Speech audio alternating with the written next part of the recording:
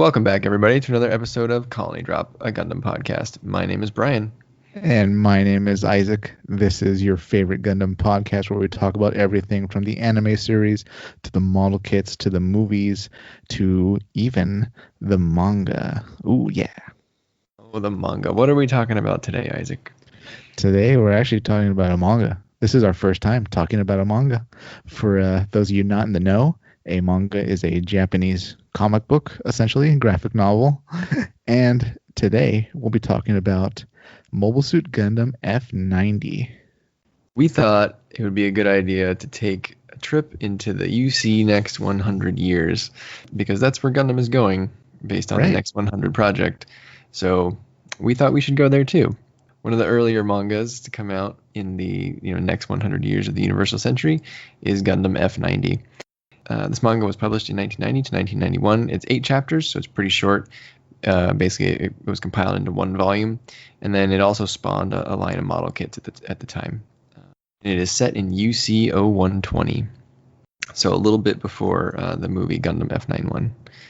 Essentially a generation after really the conclusion of anything involving Neo Zeon and Char's counterattack. So enough time has gone by. I don't want to say it's a clean slate, but it's definitely after all the noise. It's a new chapter. We'll say that. It's a new chapter. New faces, new chapters, new Gundam. Yeah. So I had not read Gundam F90 prior to reading it for this podcast. Had you read it before, Isaac? No. I vaguely knew a little bit about it, very little. But I wasn't specifically sure if what I knew was about F90 or some other, one of the other mangas for Gundam or something. But yeah, this was my first time reading it. I went into it more or less blind. Yep, same with me. I mean, whatever I knew about F90 was, from reading about the mobile suits, 15 years ago, 20 years ago on MAHQ. So it was fun to actually, read the actual story and be like, oh, that's what happens.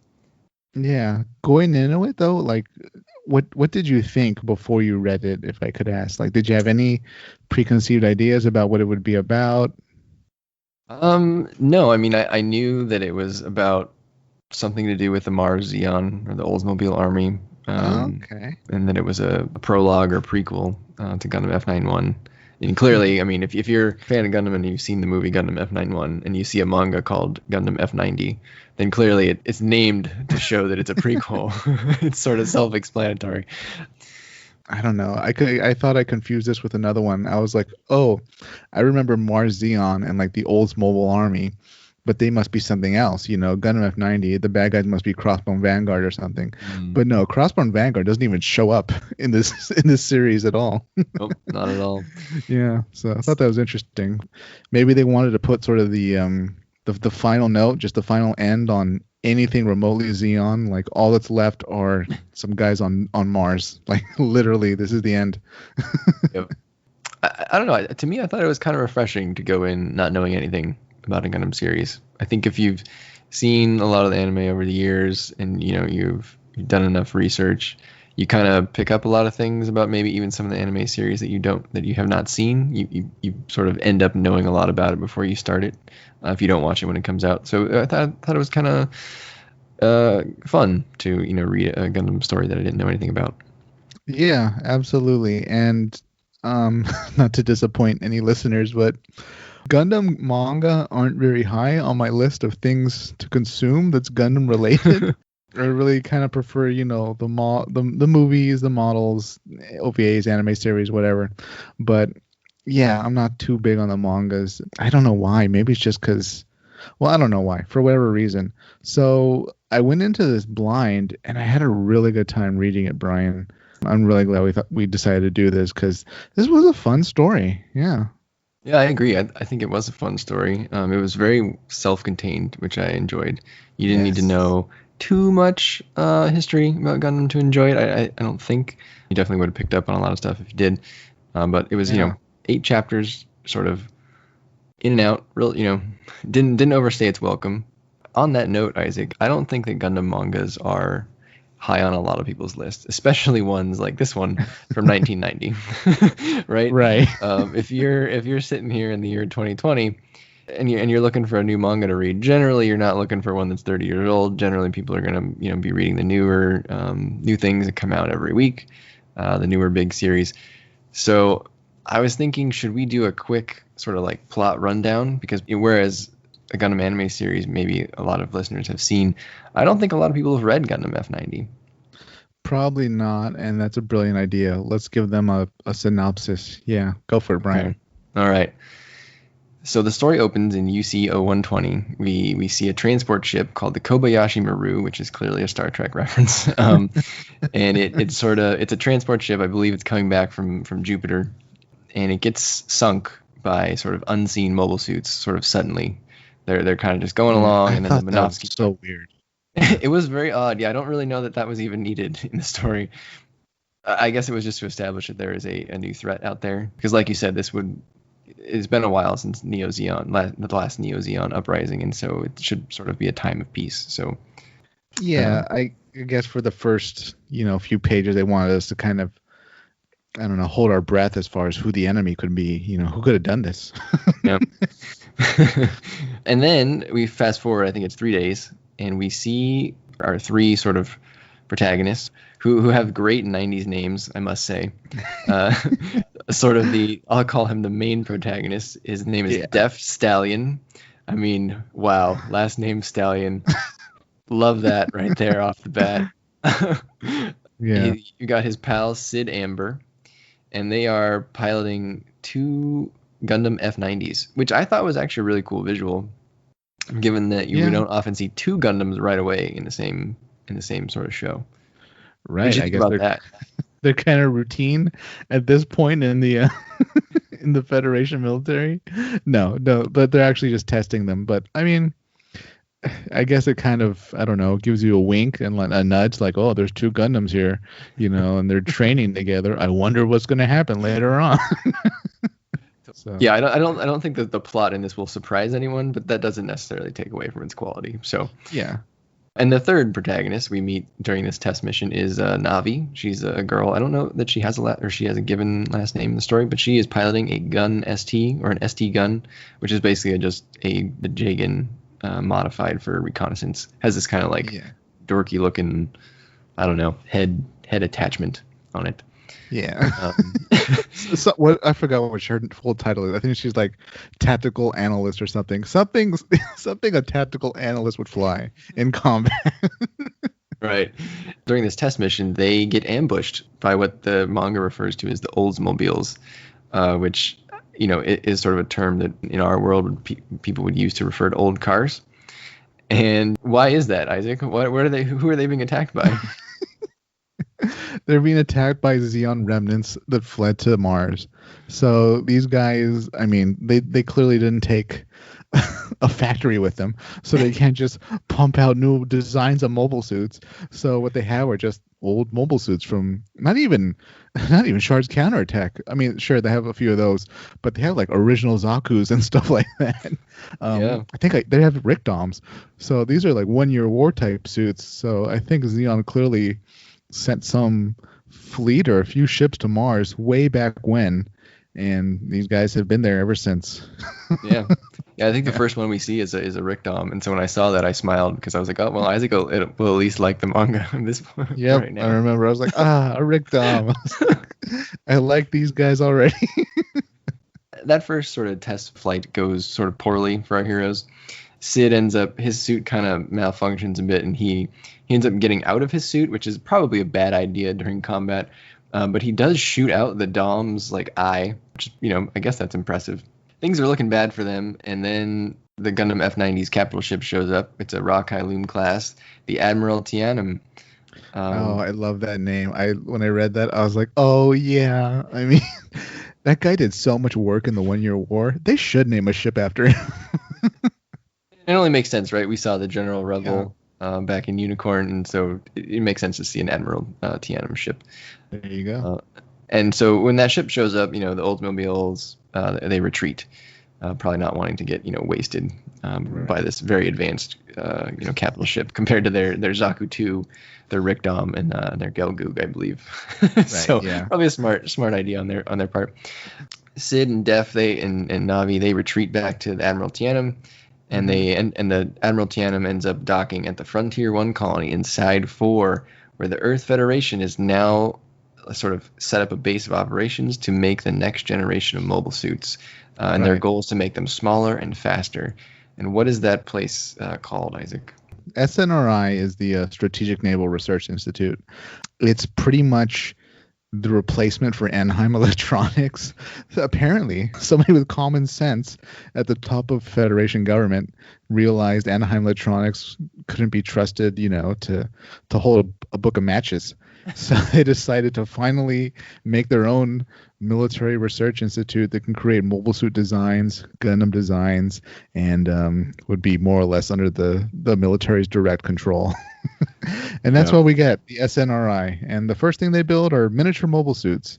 In that first battle with the old Zeon mobile suits, the F90 is noticeably smaller, but it's also more maneuverable. So I thought that was pretty cool. There's actually kind of a funny scene where I think a Gelgoog is like holding the F90 from behind, and it looks like, I don't know, it looks like somebody like holding their little brother up or something.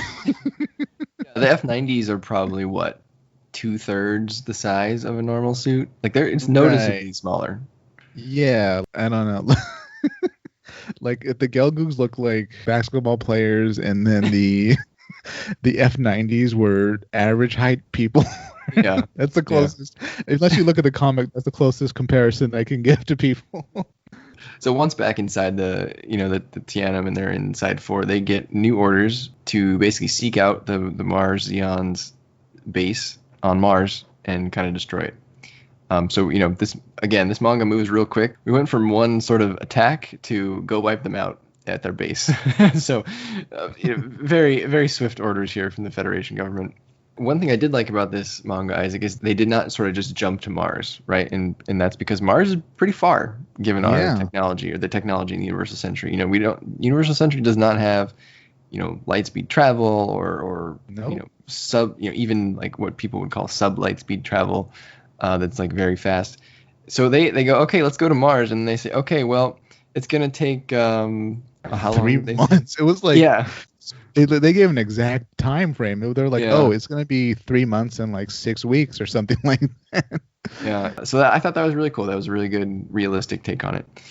And while they were here, one big part of the story, which becomes important later, is their commander Bosch tells them that he helped Amuro push back Axis in a GM3, which was pretty cool. I would say that's a good way to have a callback to an older series. What did you think about that line, Isaac? I thought that was pretty brilliant, because we don't really get things like that very often, where somebody was at a specific battle and then also can name like somebody was there at the same time, right?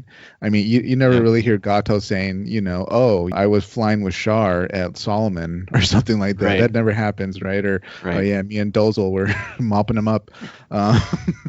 It's very rare. So for him to name drop Amuro, that was cool.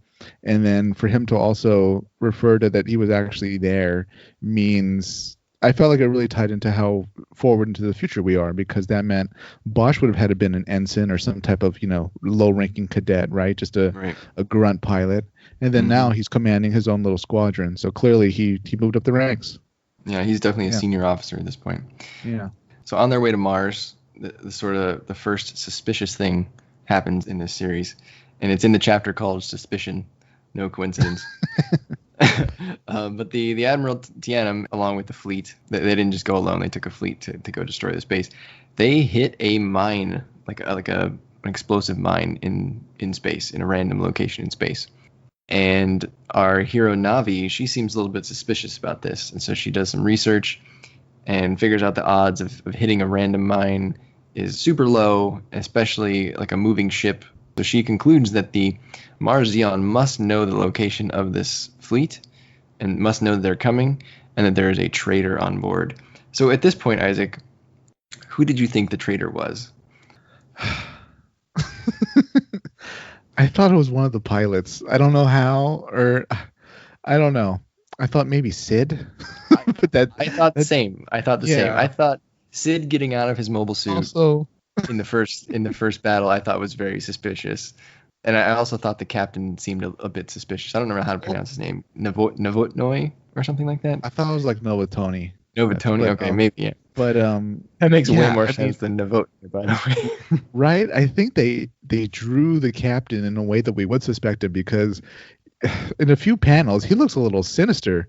He does. I mean, there's something else going on there that we kind of get to, but Yeah. also, man, he just looked like a bit of a sinister guy. I wasn't sure if this is gonna be our bright Noah. No, it's not. Not at But all. yeah, my two leading contenders were Captain. I don't know how that worked, how he ended up being a traitor, or Sid, who also, really, this is the traitor. This is who they're relying on. So, Yeah, inept Sid. Because not only did they draw him to be sinister, but he sort of didn't really care about Navi when she told him about her theory. So not caring about the lives of the crew Right. definitely made you suspect him for sure. Yeah, exactly. So then they finally arrive at Mars after doing some training, and they plan an attack, a very elaborate re-entry attack going into the Mars atmosphere. We're very quickly told that the Mars Zeon's base is basically inside Olympus Mons, which is a big mountain on Mars. And I thought there was a line in there that I thought was pretty neat. The captain said it would be the first battle on a foreign planet in history, which I thought was cool. Oh, yeah. God, nothing happens around Mars. We would have heard by now. So, yeah. I mean, the first multiple things, right? The first planetary assault, the first invasion coming from Earth, the first planetary battle. Yeah, boy. Poor Mars. The human war just follows humans wherever we go. There we go. So the Tiananmen fleet is, maybe I should use a different word, not the Tiananmen fleet from the 1 Year War, but the what do they call themselves? The 13th independent autonomous assault fleet or something like that. Yeah. So the 13th fleet, we'll call them. They're going along swimmingly. They're doing their reentry plan, and then suddenly the Minovsky particle density increases, just like the beginning with what happened to the Kobayashi Maru. And what comes out, Isaac? What comes out is something I had no idea I would ever see again. Adzoms, however you pronounce it. Yep. Zeon sent Adzoms, which, if you don't recall, were mobile armors that were, how do I describe them? 4-legged, giant, purple kind of mobile armor walking type of kind of mobile bases. But these ones were latched onto an asteroid and refitted for space combat. I think the captain or maybe another officer saw this and he clearly was familiar with it, but he said, "Really, in space?" or something like that. Yeah, and then they fired on them, and it didn't work because they've been updated and they had been coated in the beam deflection coating. I would assume kind of like the Hyakushiki. So then, during that attack, who reveals himself to be the traitor? Bosch, their squadron commander. Jovial man who told us the story about Amuro turns out to be the bad guy. Right. It was like, what? You were a Federation pilot. What are you doing? I wonder how long he's had this plot going. Must have been a long time. Yeah. I was trying to work backwards. I was like, okay, was he a child of Zeon? And then this was like a multi-generation plant? Or something like that, like a Soviet level spy where they send you over as a kid and they just raise you. Or I was like, well, that doesn't make sense. And I was like, no, this guy, he turned, he's a traitor. And I think even Novatoni, I think, calls him a traitor or something like that to his face. I agree. It being a 40-year plant would be Metal Gear Solid level plotting. So I agree. I think he had to turn later on. So he reveals himself to be the traitor. He pulls a gun on the captain. He takes over the bridge of the Admiral Tiananmen. He wasn't by himself. He had some goons. Does that mean he convinced other people on board to join Zeon, like way before the mission started, or were somehow Zeon troops snuck aboard? They were Federation guys then, right? They had to be. That's the only explanation. I agree. We did not see them enter, so I just assumed that they were there the whole time. Okay. Because they were also, if you notice, they had changed into their full like Mars Zeon, regalia.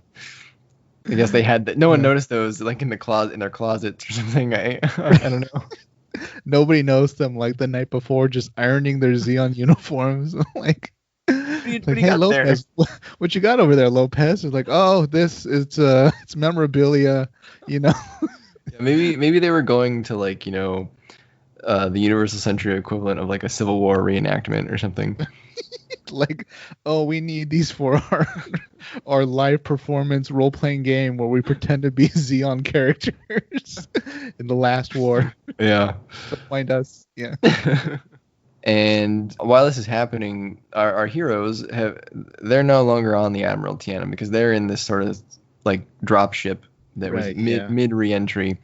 And multiple drop ships get sent out. Yes. This whole mission was overkill for the poor Zeon remnants on Mars. And they kind of can't really do anything because their suits are strapped down. They're really not supposed to come out of the ship until they land on Mars. And so two of the Adzoms land on their ship, and they're going to break the ship open and kind of kill all of our heroes. So our heroes decide to land the ship with the Adzoms on them. That ends up blowing up the Adzoms, and I think our heroes kind of pass out, and we meet them again a little bit later once they've landed on Mars. But meanwhile, Bosch still has control of the Tianum, and so he starts shooting the Federation ships that resist his call to surrender with the Admiral Tianum, which is pretty sad for those ships because they were all, the Tianum is clearly the biggest one in the fleet, and so the other ships are just getting taken out by the Tianum's big guns. Right. Yeah. Although kind of ends up not really working out for Bosch because one of those ships he shoots down accidentally collides with like Phobos, which is I think one of Mars's moons, and that causes a bunch of rocks to fall all over the place, and then that actually takes out one of the other Adzoms too. So bit of an oops there on his move. We can't replace those Adzoms. They're classics. We lost them in the opening battle. We then meet back up with our heroes who have now landed on Mars, and they sort of get out, and who's coming to attack them but the Oldsmobile army.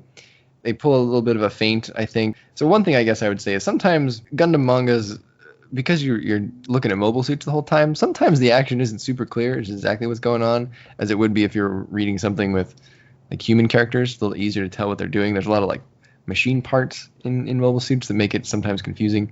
So did I understand that correctly? When they were on Mars and the Oldsmobile guys came over to inspect their ship, they must have set it to self-destruct?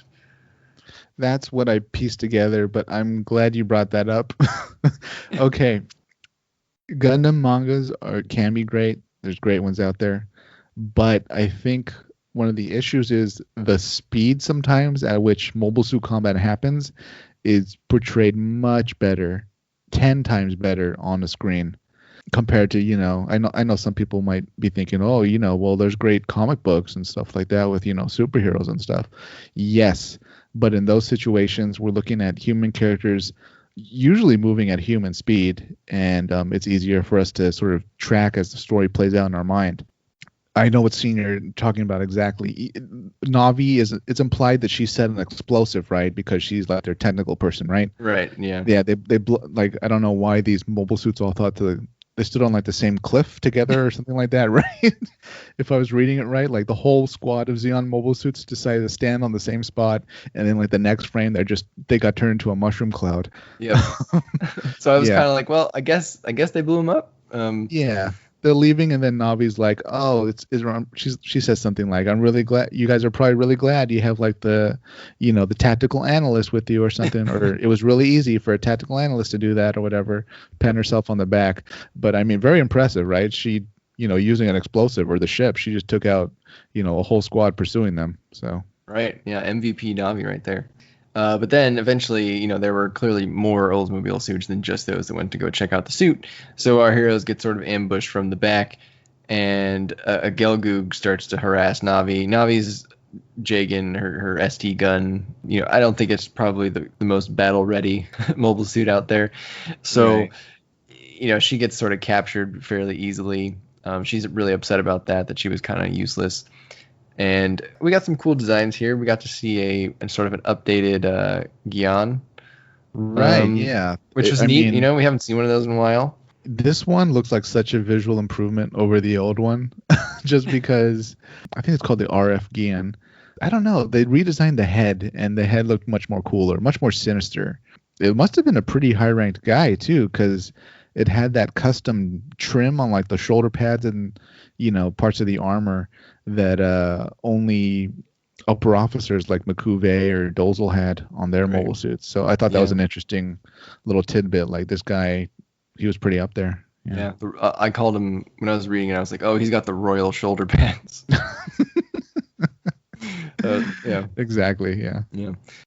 I guess we should say up to this point, sort of Sid has brazenly and unsuccessfully hit on Navi, but I think Navi and Def are clearly more of a thing, and so Def is pretty upset that Navi is being captured, and he basically punches the Gyan in the face and knocks its head off. Yeah. But then he goes to save Navi, but then he gets I think the Gyan had basically the Goof's whip, right? Which was neat. That. Yeah, some sort of whip cable thing. And he pulled Def away, and Def is, for the first time, forced to use the beam saber and kill an opposing soldier. And so that's what he does to the guy in the Gyan. And then meanwhile, up, back above Mars, the fleet, the fleet's not doing so well. Basically, all the ships are broken at this point. From all of Bosch is firing on everybody. And even him and the crew, they decide to just escape back to Mars. So they leave.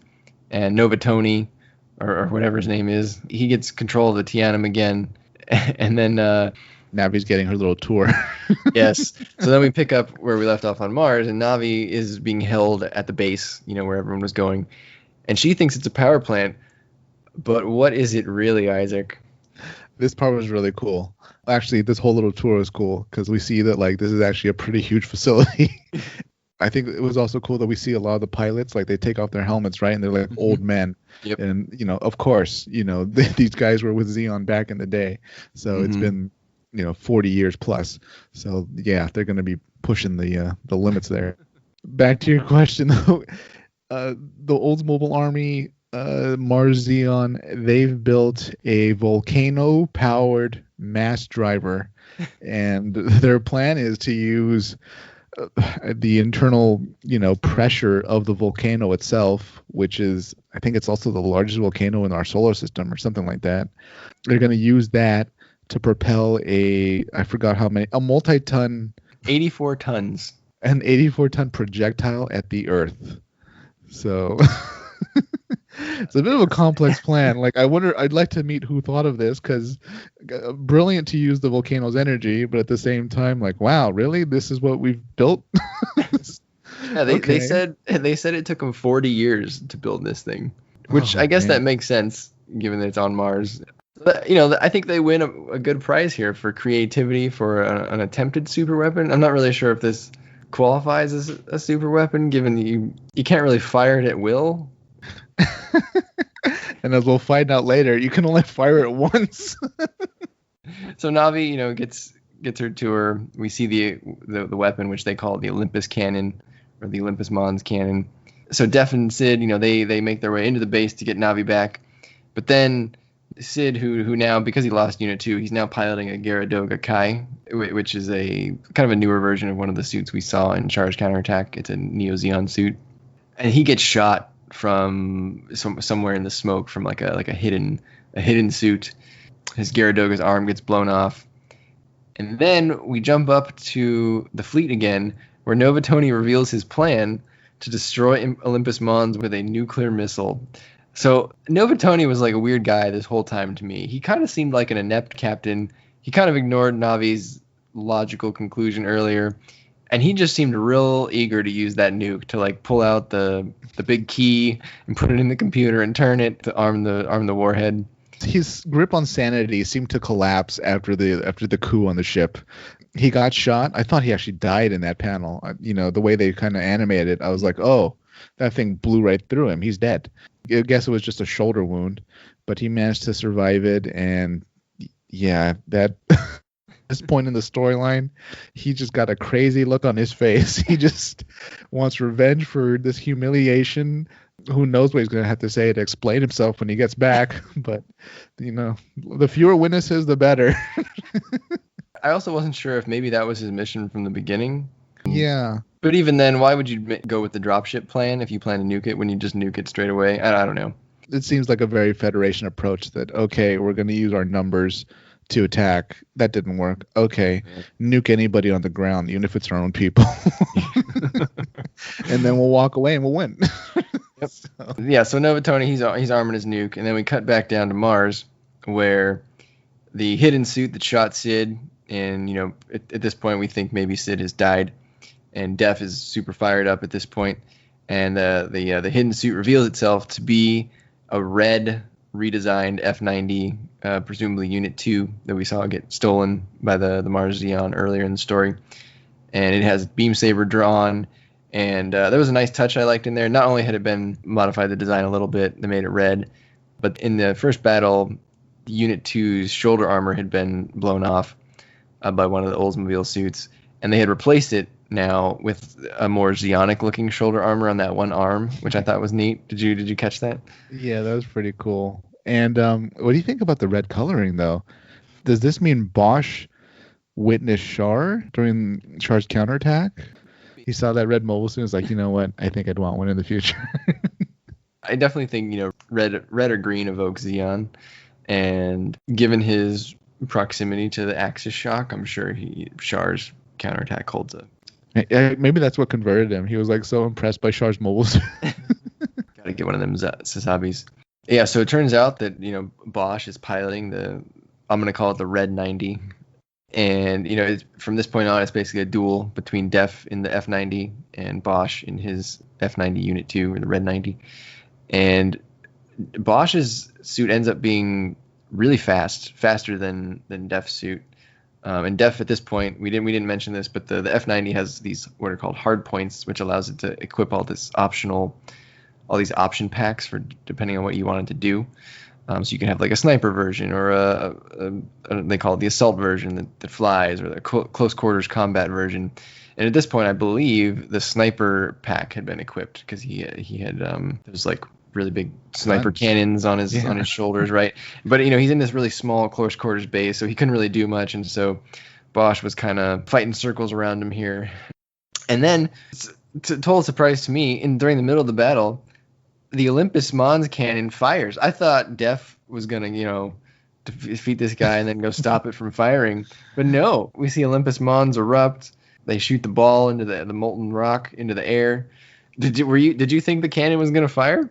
No, I thought they were going to destroy it, and then I was kind of happy when I realized, oh, they actually fired the weapon, because these Zeon pilots, this old mobile army, they're clearly genre savvy enough to know that you fire your super weapon, you don't wait for the countdown, just launch it, and then whatever happens afterwards, but the mission is complete. That's right. And so Def wants to know why did you do this? Did you plan this? And Bosch says he didn't plan it, but it's a conspiracy that goes back decades to infiltrate the Earth government. But regardless, Def is pretty mad that he killed Sid, or at least he thinks he killed Sid. But Bosch, again, he's super fast, so he pins Def, and Def gets mad and pulls a what I would call like a Shiro Amada move. I think he ejects his sniper equipment into Bosch's face, basically, to kind of get him off him, which I thought was a good move, right? There's really nothing else he could have done. Throw your backpack at the enemy. Yeah. And then we cut right back up to space. We see Novatoni. Someone on the bridge tells him that, hey, something's coming our way. And Novatoni doesn't really seem to care, but then the guy goes, no, you really need to know because of the mass of this thing. And then what happens, Isaac? It destroys the Admiral Tianum. Admiral Tianum takes the Olympus shell of molten rock to the face, and Novatoni and his nuke kind of just go up in flames, and then that's the last we ever see of him. Ironically, the nuke probably stopped that object, right? Yeah, I was going to talk about that afterwards. The mass of the Admiral Tianum, I don't know if it would be enough to redirect the course of the Olympic Mons bullet, I'll call it. Yeah, I'm not sure. They didn't really show that. We don't really know what happened. Although I assume that throwing it off course even a little bit would probably make it miss Earth, given how far away Mars is. Even if you change the angle by 0.01 degrees or something. Let me just chime in, even though I support Zeon. Let me just give a critique. Right after they fire it, the Olympus cannon, like an announcer says, evacuate the base. And I think Navi puts it together that, the firing of the cannon sort of destabilized. Oh no, I think they announced that the reactor was damaged by firing the cannon, right? Right. The Yeah. base's reactor was damaged. Right. So everybody's on borrowed time, and if you're in the base, get out. Going off that, does that mean that since their engineering skills were so flawed that they damaged their own reactor just firing the weapon that they spent 40 years building? Maybe we're giving them too much credit, and there's no way that thing's headed towards Earth. They think it is, but their math has to be wrong. It could be a combination of the fact that mobile suits were fighting in the facility too. I don't know. You're right. I assume they were hoping they could at least fire it a few times. Maybe they underestimated the force of the eruption. Apparently they did, because they damaged their own reactor and they have to evacuate their one base. Where are they going to go? There's nowhere to go. Yep.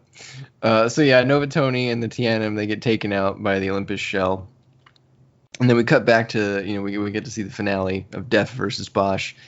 And they start getting a little philosophical. Bosch says, you wouldn't understand this war. And he stole the F90 because he's wanted the power of a Gundam since he saw the light emit from the new Gundam pushing back Axis.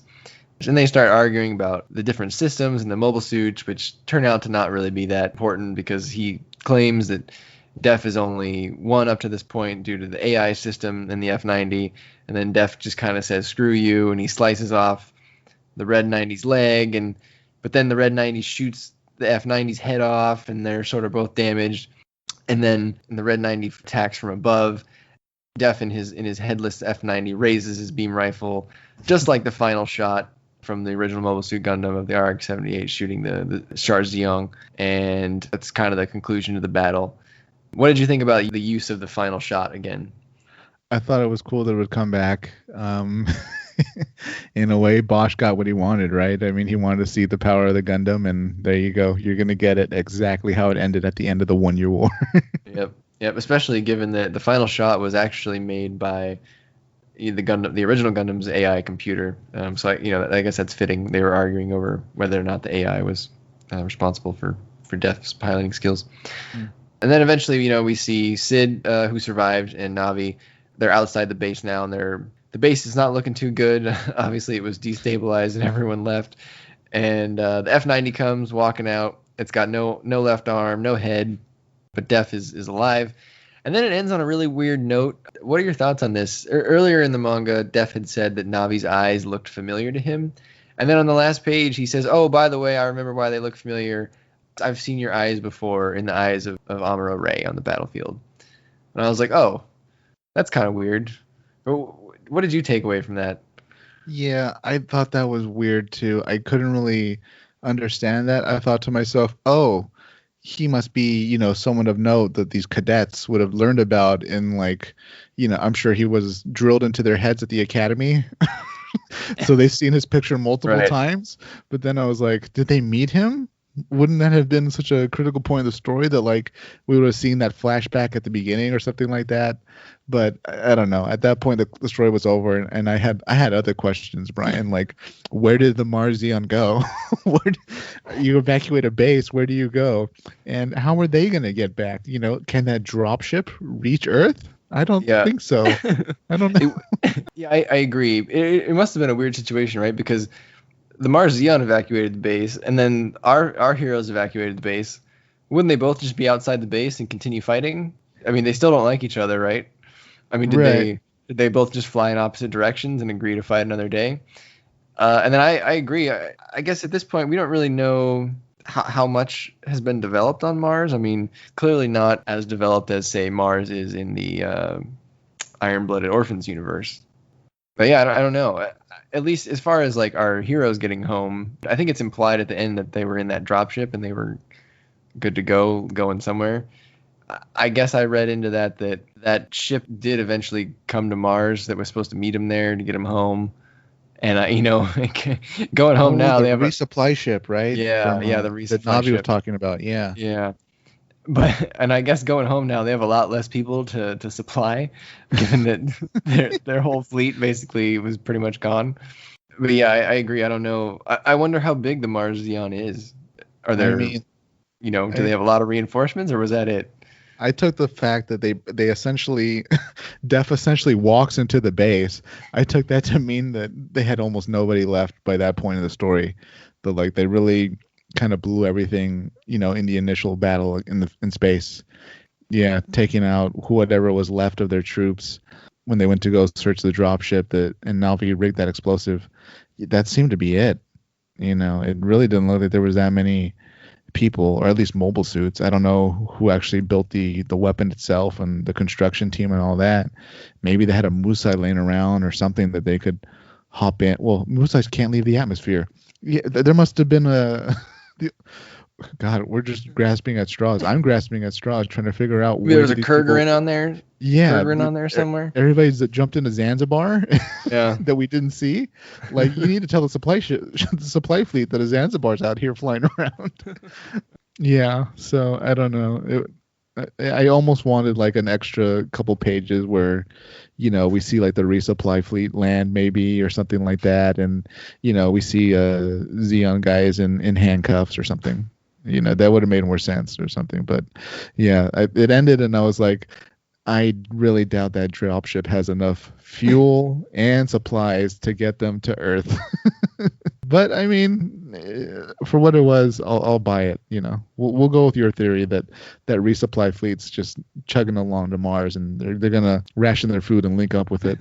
Any particular thoughts on the characters? There's really only, I'd say, 5 major characters in this story. There's Def, Sid, Navi, Bosch, and Novatoni. Since this is such a bite-sized manga, I'm glad we didn't get bogged down in such a, in some type of, I don't know, pointless character development, like a love triangle that was filled with lots of arguments or something like that, right? They could have easily done that, but they didn't. Instead, Navi, you're the tech professional. Yeah, so your fellow pilots in your squad have some feelings for you. Sid, you're kind of a goof. Def, you're almost a blank slate, Def. Right. Yeah. Like he's very much like a video game protagonist, right? Where there's not a lot of personality, so you can kind of put yourself into his shoes.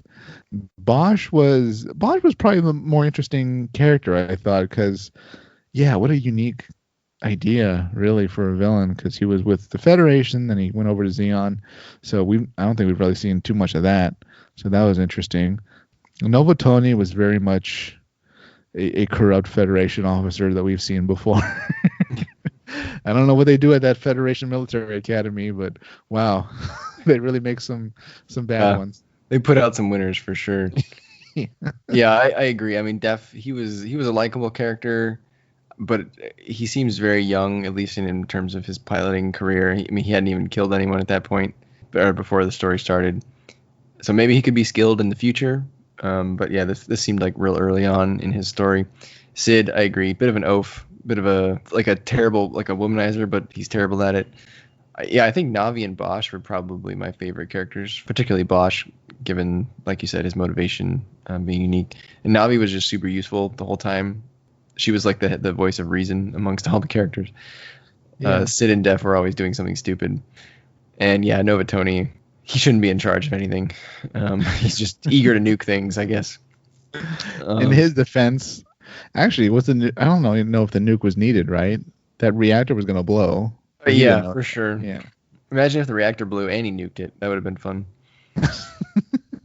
Something interesting about this story is that it's called Gundam F90, but really the only link to Gundam F91 is that it introduces us to miniature mobile suits. And SNRI. Yeah, that's it. Well, I mean, SNRI, but there's no Crossbone Vanguard. They're barely at the frontier side for longer than like a few pages. Yeah. And yeah, I don't know. I thought that was interesting. Like, they decided to not even do like a little skirmish with early Crossbone Vanguard or anything like that for this plot. Yeah, and that's probably because people out there have read other sort of, I don't want to call this a prequel to F91, but that's kind of what it is.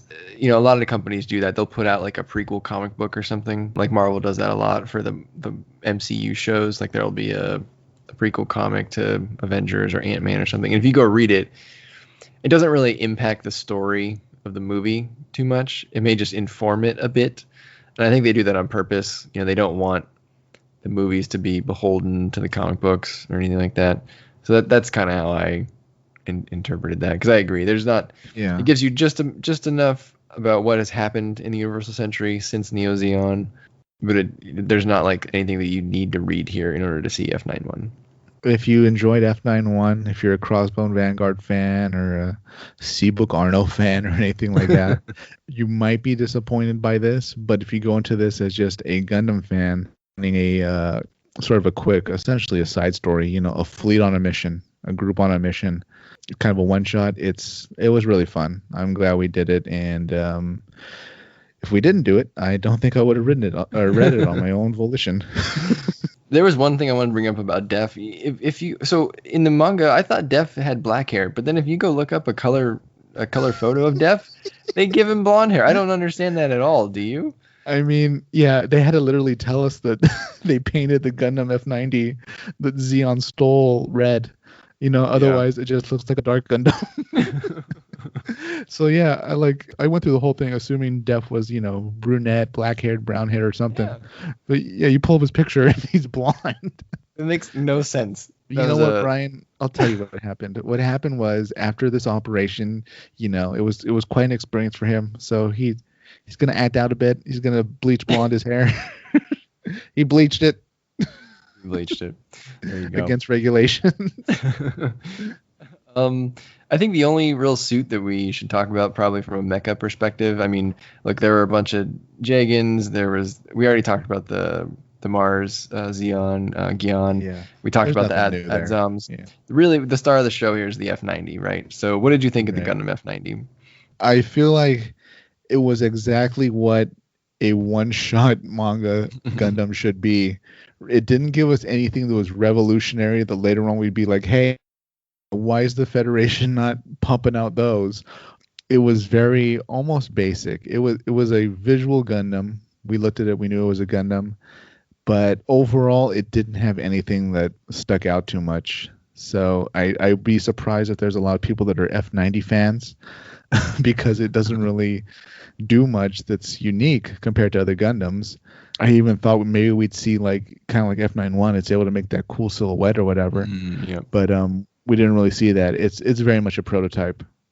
The only thing that's unique about it, I guess, is it's the first miniature mobile suit. It's a small Gundam. That's it. Yeah. Yeah. I enjoyed the F90. I thought it was a decent design. I think it's, at this point, there's been so many Gundams in that style. It's hard to do sort of like a basic Gundam and differentiate yourself at the same time. I did like that it had more blue on it than normal. It reminded me a lot of the Alex, which is a color scheme that I like. This did also spawn a bunch of model kits. I think there's over 20 something armor packs. In the manga, they only show 3, but in the model kit designs, I think there's over 20.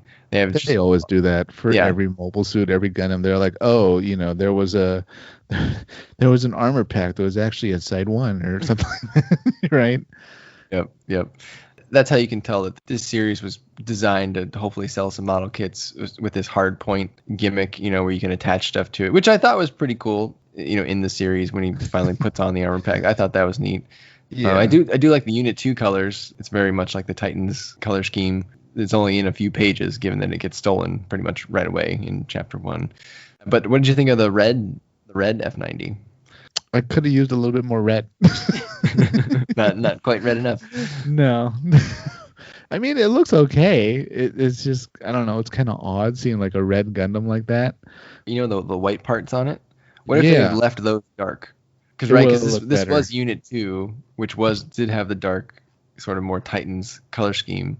I think if they had kept the red but left the other parts dark, it would have looked a little more menacing. I don't know. Yeah. I felt like the white parts were kind of it was too white. it was I don't know, a Spartan Gundam, a Roman soldier Gundam, or something. I don't know. You could have made it more Zeonic. Yes, you pointed out the cool little shoulder pad detail, the Zeonic spike, but not enough color was changed on it for me. It ended up looking not so much like a Gundam, but more like some unique mobile suit.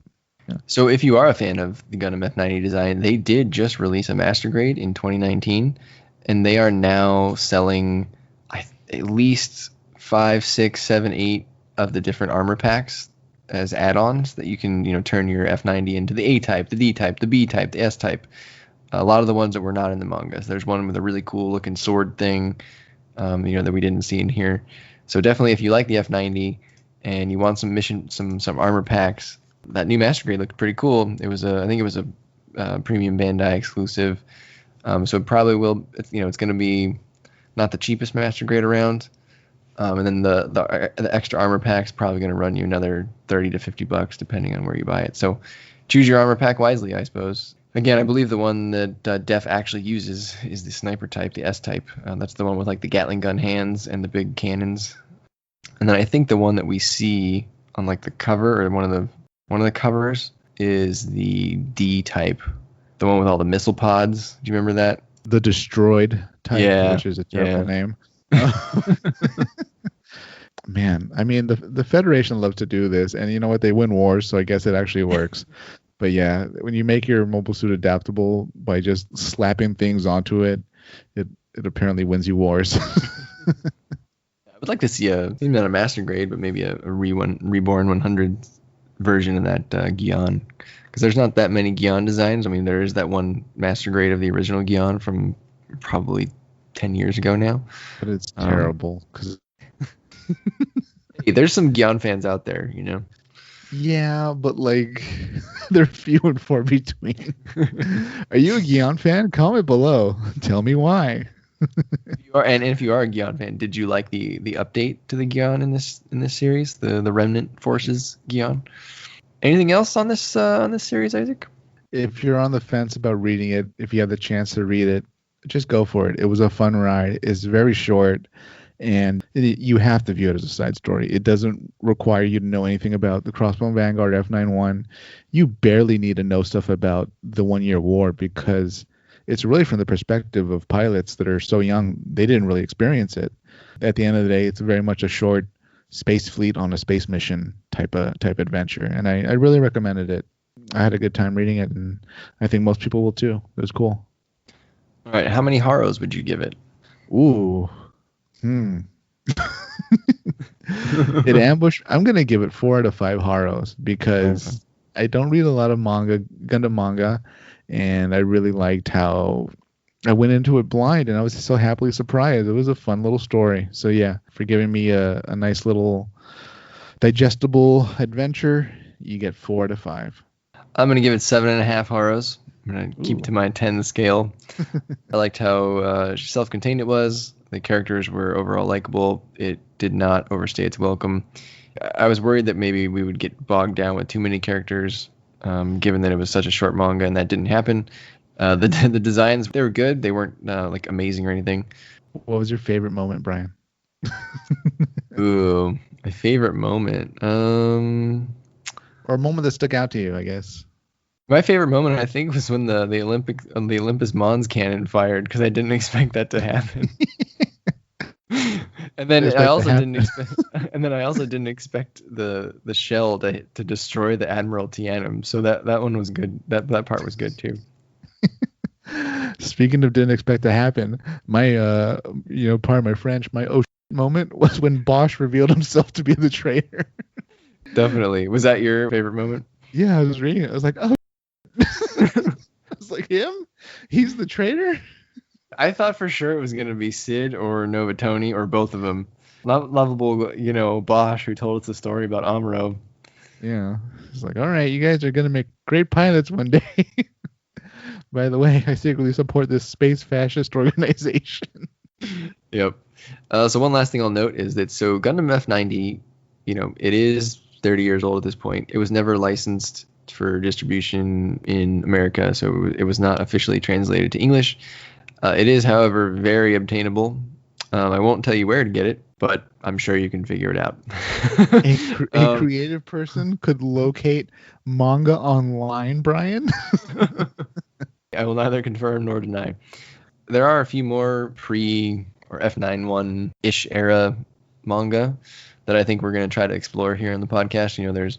There's another one, Silhouette Formula F91, which is also from the 90s.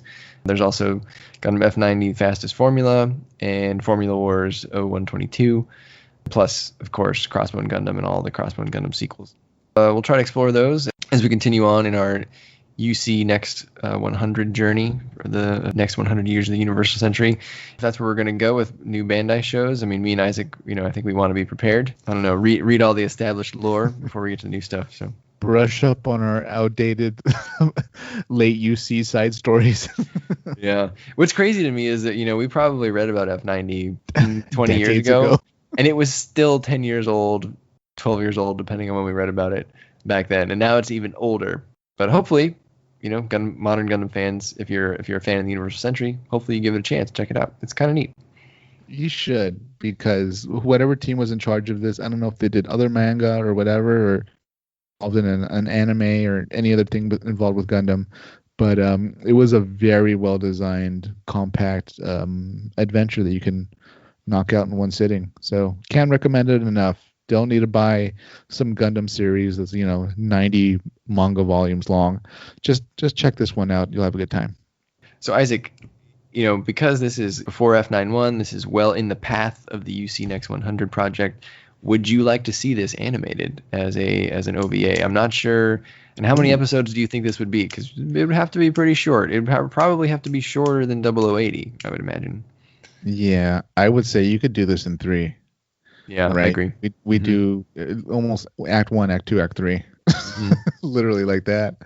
I'd like to see it again, but I'd like them to polish it just a bit more. Add just a little bit more to maybe the logic of the story and explanations, and answer some of our lingering questions at the end, and it'll be perfect. It'll be the perfect little 3-part miniseries or 2.5 hour, OVA.